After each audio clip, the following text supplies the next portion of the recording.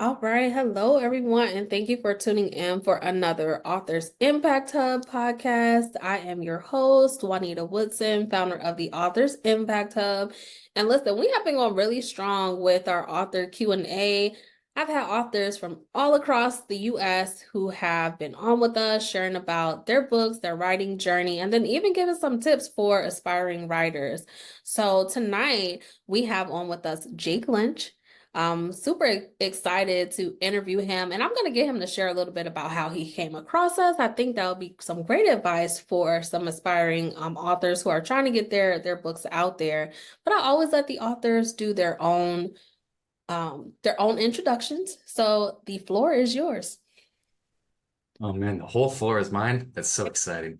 Hi, I'm Jake. Darn it, you just gave me the floor. Usually people would like introduce me or something, but no. Okay. Hi, I'm Jake. I'm a self-published author. I have published on a couple platforms, and I have one book out. It's called Broken to Beautiful, which I'm sure we're going to talk a little bit about during this wonderful podcast. And I've been self-published for roughly 10 months right now. So it's been quite a journey, and there's always something for me to learn. I live in Southern California, so I live sort of close to the beach.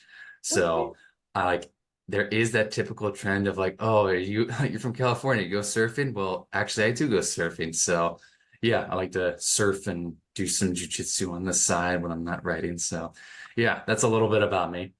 Okay, awesome. Well, I'm excited to learn a little bit more about your journey surfing. We might talk about that a little bit too. So, you mentioned that you have been a published author for 10 months. Congratulations on your new book.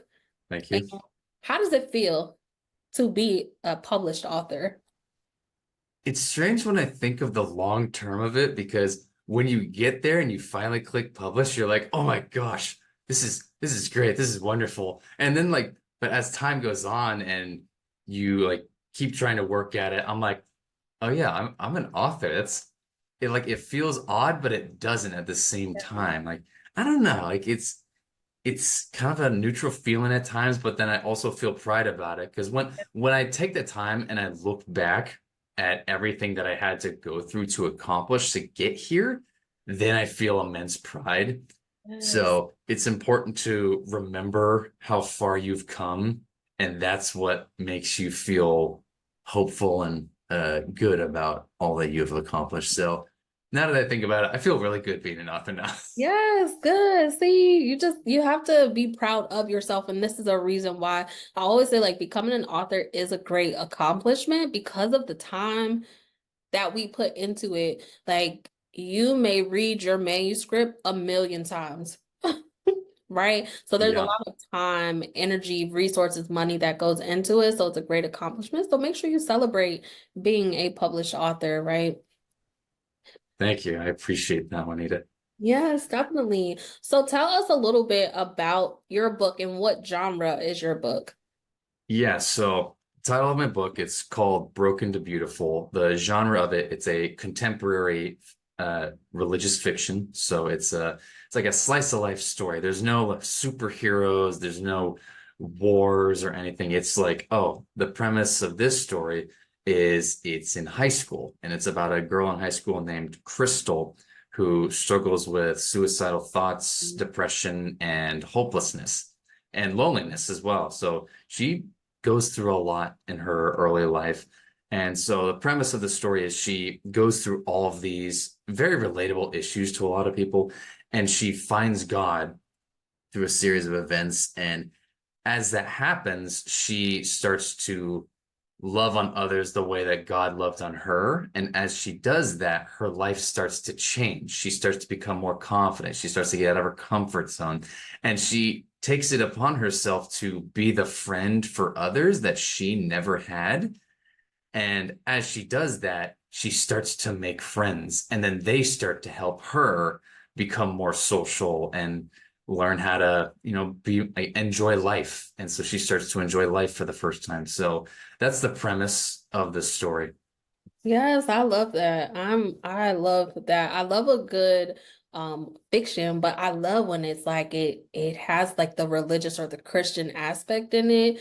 Because Mhm. I can relate to that, right? I definitely can relate even to her story and some of the things that you face when you are in high school. I think that a lot of people can relate to that. So what inspired you then to write this specific story?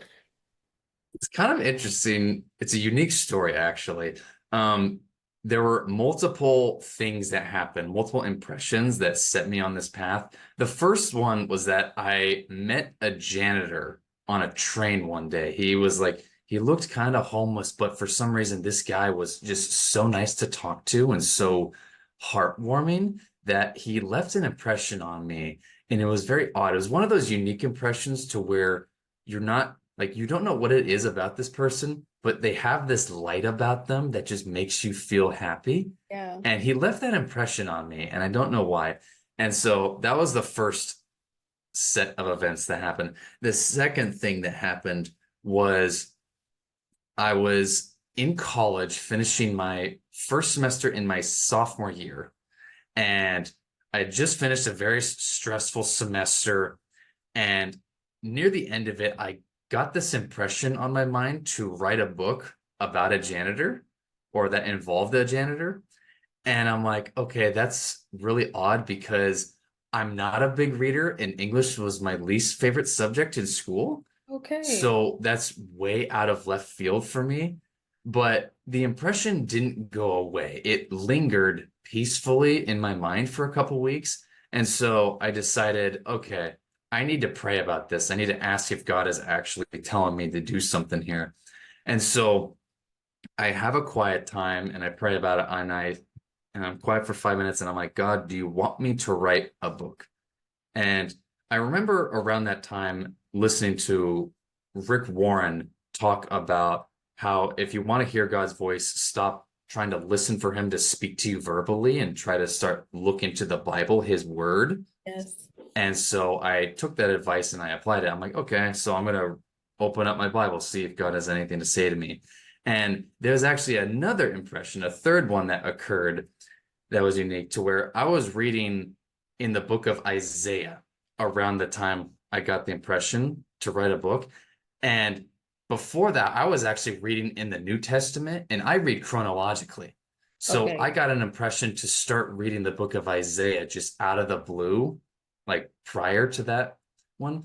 And so I then continued reading through Isaiah. And then I get to the day when I'm praying of where, God, do you want me to write a book?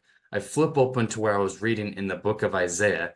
And the first thing that I read was write these words down, write it in a book, Isaiah chapter 30, verse 8. And I'm like, okay, you can't get any more clear than that. Listen, no, not at all. That is the sign that you needed if you were looking for one. It was right there. So just hearing you kind of tell a little bit of back story about how you were inspired to write this book. Clearly, faith is a big part of your life, right? So how did faith play a role in you going through the writing process and actually completing the book? It was interesting because as I was writing the book, I could feel God was changing me the more that I worked on it. And it's funny because when I get an author's perspective of things now, and I'm like, well, actually, God has an author's perspective of things too, because he's the author of this story. He's the creator of the Yes. universe, you know? And so I'm like, oh, so when I'm working on developing these characters and writing this story, I start to feel a little bit like God. I'm like, oh, is this how he feels? Oh, that's interesting. So I learned a couple things about that, and that, as I was writing the story, it takes time to develop characters. And I'm like, well, God takes a lifetime to develop people, and it takes a long time for him to make, for me to improve, and I'm like, wow, like, so this is how God works in some ways. You can't put God in a box, but it's really cool to see things from an author's perspective. And so then I'm like, oh, in my story, I can take anything bad that happens and I can bring good out of it later. And I realized that God does the same thing to us. And I'm like, oh, whoa. So now my stress levels have gone down a lot because I'm like, sure, there's some bad things happening now, but I know that God is working through these events to bring a greater good later. And it just makes me feel a lot more at peace.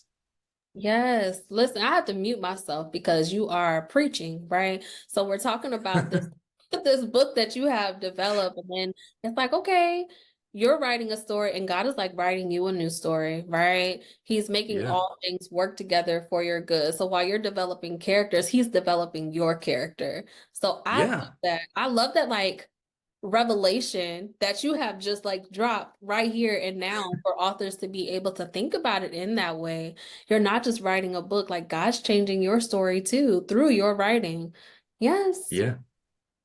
That just, this is for another podcast, but I love that. I love that you dropped that gem. So you talked a little bit about character development. So what was your Yes. approach like when developing the characters in your book?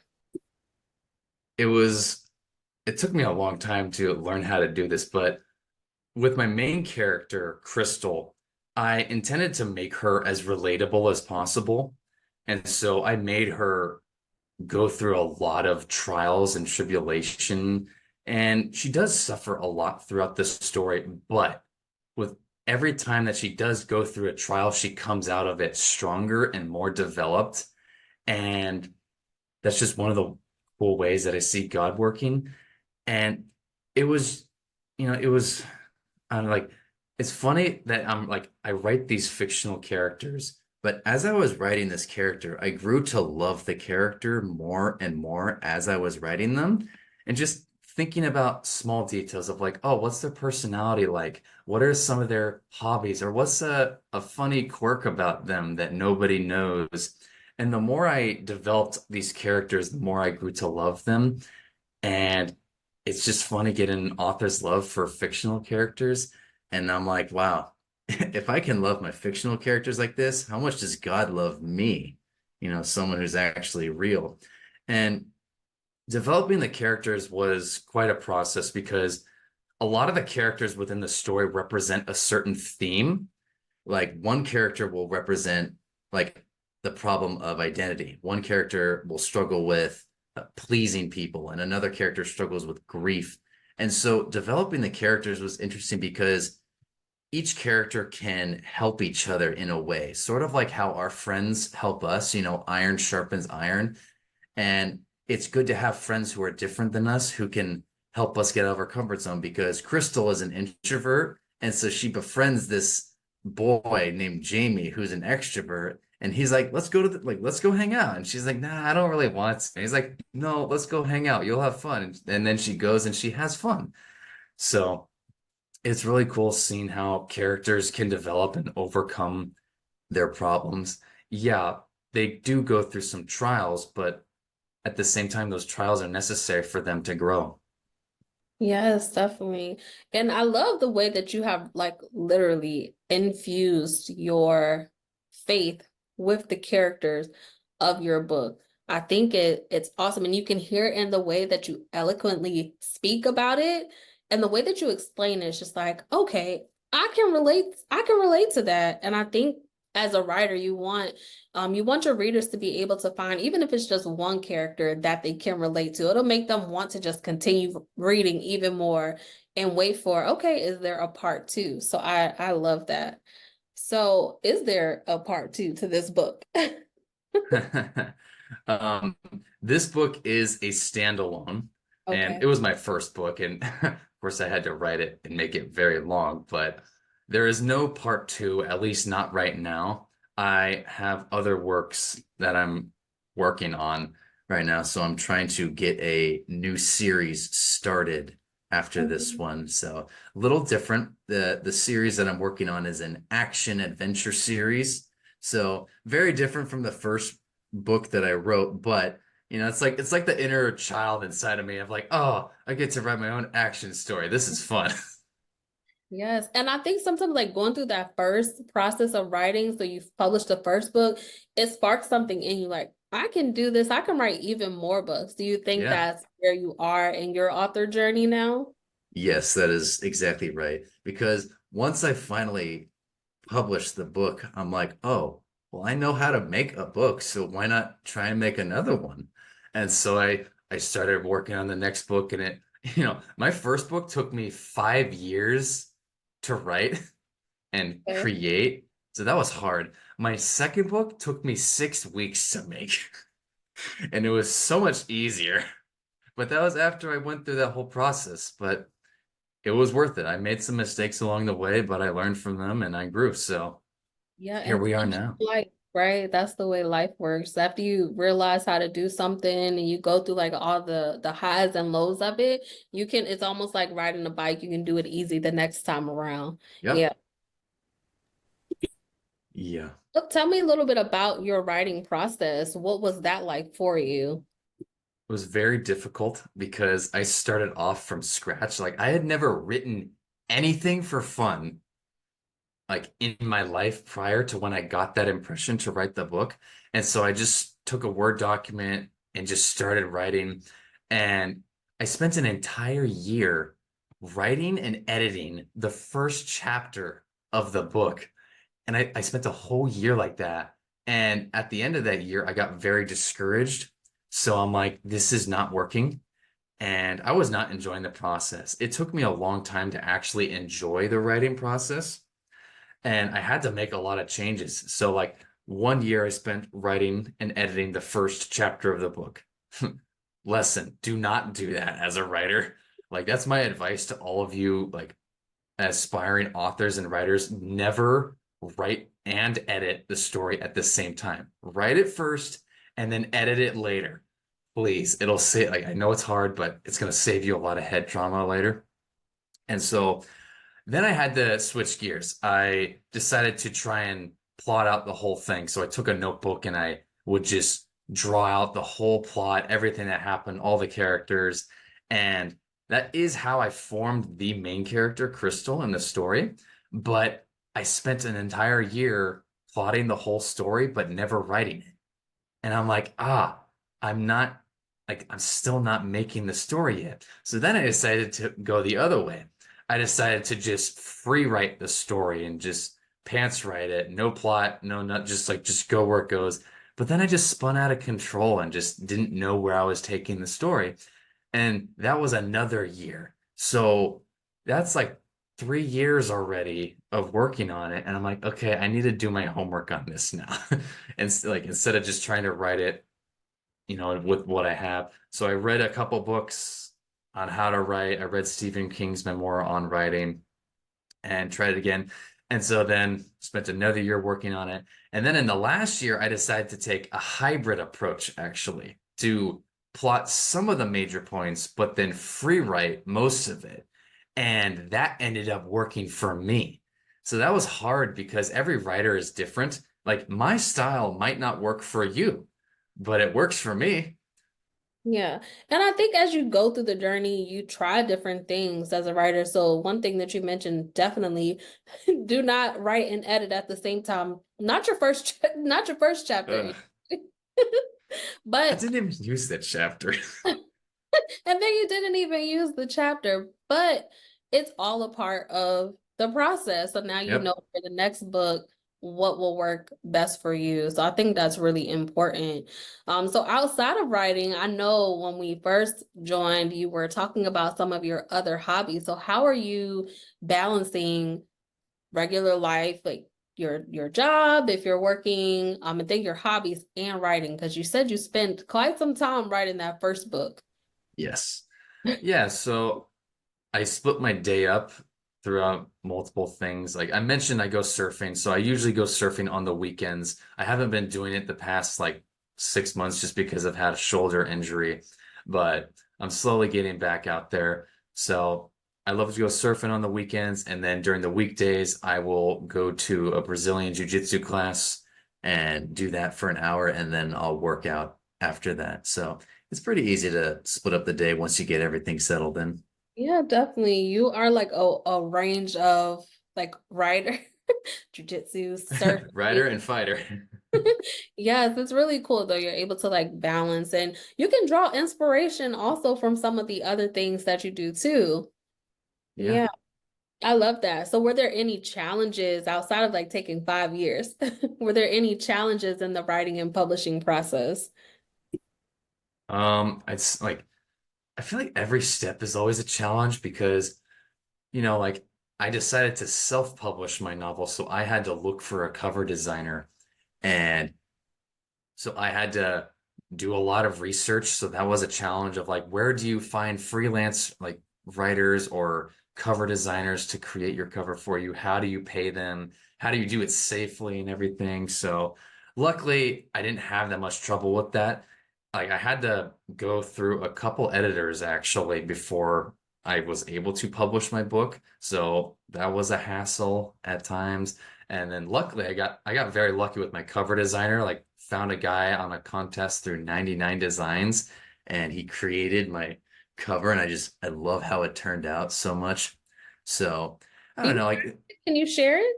yeah, yeah, I have it right here. This is what it looks like. Yes. Yeah. You did Broken. amazing. And where did you find your cover designer? I found them on this website called 99 Designs. It's Oh, a contest designer what like company. So you can submit a brief and then it goes out to like 100 or so designers and they all submit their own work and version of what you think your cover will be. And you can see it all before you pay them. Like you give them a cash prize at the end. So you can get a lot of different ideas and inspirations to help you narrow down what you're looking for in your vision. So that helps me a lot. I love the butterfly in the image. The butterfly was not originally like I did not plan to have the butterfly in the front cover originally, but it works out perfectly and the butterfly looks great. So yeah, yeah. they I did an love excellent that. job. And I think when you think about a butterfly, it started as a caterpillar, right? And with the story, she goes through the changes. So, yes. You're right. You're I love exactly right, Juanita. And butterflies are symbols of transformation, and the story itself is a transformation story for Krystal going from broken to beautiful. So it can be raw and hard at times, but there's also deep emotion and connection between the characters. So sure, it'll make you cry, but then it'll make you feel happy afterwards too. that. So it's a book that I feel a lot of people should read, especially for the youth these days, just because in high school was not the best time of my life. I was a shy introvert at the time, and I needed to learn how to socialize, and it can be very tough in public schools, learning how to be social and how to be friendly with people, how to just engage and deal with cliques and everything. So but also just how to find hope through Jesus and how Jesus can heal us of a lot of the problems we're going through today. Like fill that emptiness that we're dealing with so we can stop trying to impress others and that we can just find our full value in God. Yes, definitely, because he knows who we are. He created us, right? So he's Amen. able to remind us constantly, every single day, that we are worthy, we are beautiful. So I love that. I appreciate you coming on and totally just like making me have to go on mute because you were dropping so many gems. I Uh, love that. I love to be able to have that dialogue. My faith is very important to me, and it's a major part of like my writing and the community that I build. So I'm always like thankful to be able to share the platform with people who can relate and we can have that dialogue and that conversation. So I appreciate that. So I know you mentioned that there were some projects that you were working on. Can you share a little bit about when we can expect them to come out? yes, so I'm working on a new series called Chronicles of the Lost Saint. And the book one, like the next book is called The Lost Saint. So it's a story about a nuclear fallout that happens in the world after a series of wars occur. And it follows a lone soldier named Marcus, who's a very pious man. And he's a man who has lost everything in life and he has to try and find his purpose in life again after losing everything. And so it's a story of like it's got action and betrayal, but also some a little deep message to it as well.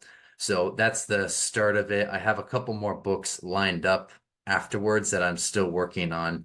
So I'm trying to get that book out by maybe like June of 2025, the next one. So that's what I'm aiming for. I've been having some difficulties with trying to secure my book cover for it, but I'm hoping to get it launched sometime in 2025.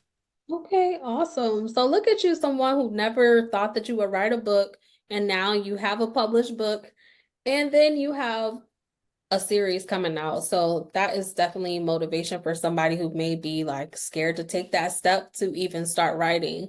So what piece of advice would you give to someone who's thinking about it? They have a story, God has told them to go ahead, it's time for you to write, but they still have not done it. What would you tell them? I would say, well, I mentioned it earlier, like don't write and edit the story at the same time. A second thing would be tell people about it so that they can hold you accountable. Like if you haven't done it yet, and you're like, oh, I've always been wanting to do this, like tell some people about it so that they can ask, how's the book coming? Like, oh, now I'm held accountable. So having an accountability partner is very important. And then setting a disciplined writing schedule is important as well, because when I first started writing, I was still in college full time.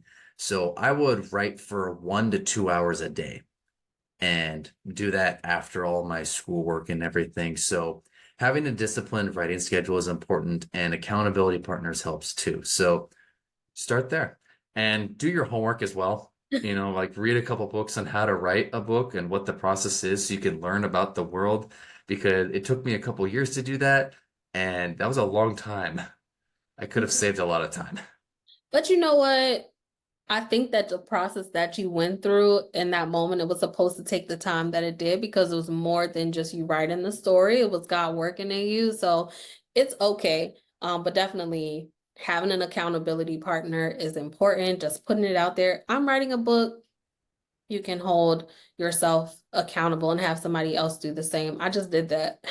I just said, I just my first draft. Like, okay, we're ready for the book to come out. So now it's like I have to do it. Nice. Yes, Nice. yes. This has been an amazing conversation. So I want to make I sure, appreciate it. yeah, that we have an opportunity to know how we can connect with you on social media and where can we get a copy of your book. Yeah, so you can go to my website, www.authorjakelynch.com. It's Lynch is an Lynch. You can find me there, and I go over under the same name on Instagram, author Jake Lynch. You can look me up, and that's where you can find me. You can find my book on Amazon and on Ingram Spark as well. So like, you can find it through the Barnes and Noble's online store. So Amazon and Barnes and Noble online. Yes, perfect. We'll make sure that we share your contact information and website with the show notes as well. So I do want to make sure that we ask this one last question I ask all of the authors that join. So what impact do you want your book and your author brand to make on the world?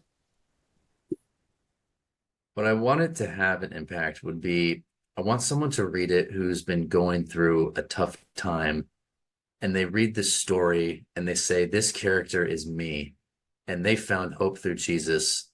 So therefore, I'm going to find hope through Jesus as well. That's what I want. Yes, yes, I love that. And honestly, just listening to our conversation today, they'll be able to find that through writing. But make sure that you also, listeners, connect with Jake on social media. Go support, follow him because he does have a series coming out. So you want to make sure that you're the first to know when that drops. Make sure that you share, like, subscribe, and leave us a comment. Jake dropped some gems tonight, y'all. So make sure you leave us a comment on this podcast episode as well. Until next Yeah. time, take care. Yeah. And before we go, I forgot to mention it's also on Audible. It's an audiobook as well. So you can listen to it there. I forgot to mention that. Perfect. Yes, we will make sure. So make sure that you listen back all the way. So it's on Audible through Ingram Spark. That means it's available on all of the platforms, Amazon, and then also through your website. Yes. Okay. All right. Perfect. Take care. Until next time. Thanks.